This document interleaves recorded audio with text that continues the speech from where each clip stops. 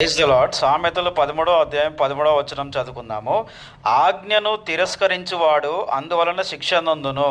దేవుడిచ్చిన ఆజ్ఞను ఏమాత్రం పాటించకుండా దేవుని ఆజ్ఞలను మాటలను నిర్లక్ష్యం చేయడం, అలక్ష్యం చేయడం, దేవుని మాటకు లోబడకపోవడం, దేవుని మాటలను ద్వేషించడం, ఇలాంటి చేస్తే దేవుడు వారిని శిక్షిస్తాడు, వారిని నాశనం చేస్తాడు, వారిని నష్టంలోకి చెడిపోయే విధంగా దేవుడు వారిని చేస్తాడు. పరిశుద్ధ గ్రంథం నుంచి మనం చూస్తే ఏదైనా తోటలో ఆదాము ప్రశాంతంగా ఉన్నాడు తమ భార్య అయిన హవాతో. కానీ సాతాను మాటలు వినడం వల్ల, సాతాను మాటకి లోబడడం వల్ల దేవుడు వారిని అంత అందమైన దేవుని తోట నుంచి బయటికి పంపించేశాడు. అలానే ఐగుప్తు దేశంలో ఫరో ఏమాత్రం కూడాను దేవుడు తన ప్రజలను అక్కడి నుంచి పంపించేయమంటే ఏమాత్రమో దేవుని మాటలను ఎంత మాత్రం లెక్క చేయకుండా ఉండడం వల్ల దేవుడు ఐగుప్తు దేశం మొత్తాన్ని కూడాను నష్టంలోకి, నాశనంలోకి చేశారు.